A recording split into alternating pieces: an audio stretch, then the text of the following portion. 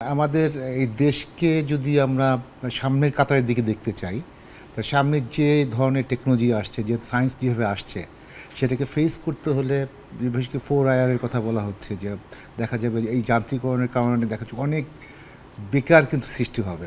হ্যাঁ, আমাদের যেহেতু আমাদের কী বলে যে ঘন একটা দেশ আমাদের, যার ফলে প্রচুর মানুষ জব দরকার। কিন্তু আমাদের যেটা দরকার যে জবের সাথে যদি মানে আমরা যে জবগুলো করি আমাদের দেশের মানুষটা, তার চেয়ে যদি তার এডুকেশনটা, সায়েন্স এডুকেশন একটু বেটার থাকতো, তার টেকনোলজিক্যাল সেন্সটা যদি আরও বেটার থাকতো, তাহলে কিন্তু সে যেইটা আমরা অর্জন করছি, যে টাকাটা বা যে অর্থ আমরা উপার্জন করছি, সেটা অনেক বেশি করতে পারতাম আমরা। এখন যেটা আমরা করতে যাচ্ছি, সেটা মুভিগুলো যেটা আমরা দেখাই, সেটার ইন্টারপ্রিটেশনটার জন্য একটু ক্লিয়ার করা।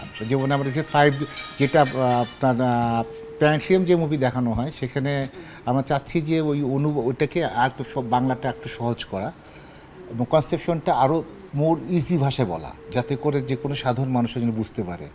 সায়েন্স তো আসলে বোঝার জিনিস, না বুঝলে হয় কি যে আসলে বিনোদনীয় লোক, না বুঝলে তার ভিতরে আগ্রহটা তৈরি হবে। যখন সে নিজে বুঝতে পারবে এটা মানে এইটা 2 দিক করে 4 হয়, এই জিনিসটা যখন সে বুঝতে পারবে, তখন হবে কি তার ভিতরে ওটা সায়েন্সের প্রতি একটা প্রেম আসবে, সে দেখা যাবে নিজেই বিজ্ঞান শিখতে আগ্রহী হবে।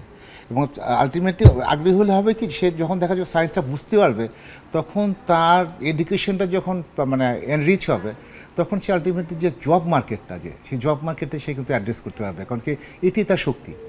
কারণ সামনে যে পৃথিবী আসছে, সেই পৃথিবী তো আরও বেশি মানে টেকনোলজি নির্ভর হবে, আরও বেশি সায়েন্স ডিপেন্ডেন্ট হবে, যার ফলে তাকে মনে করেন যে এটাকে রপ্ত করতেই হবে।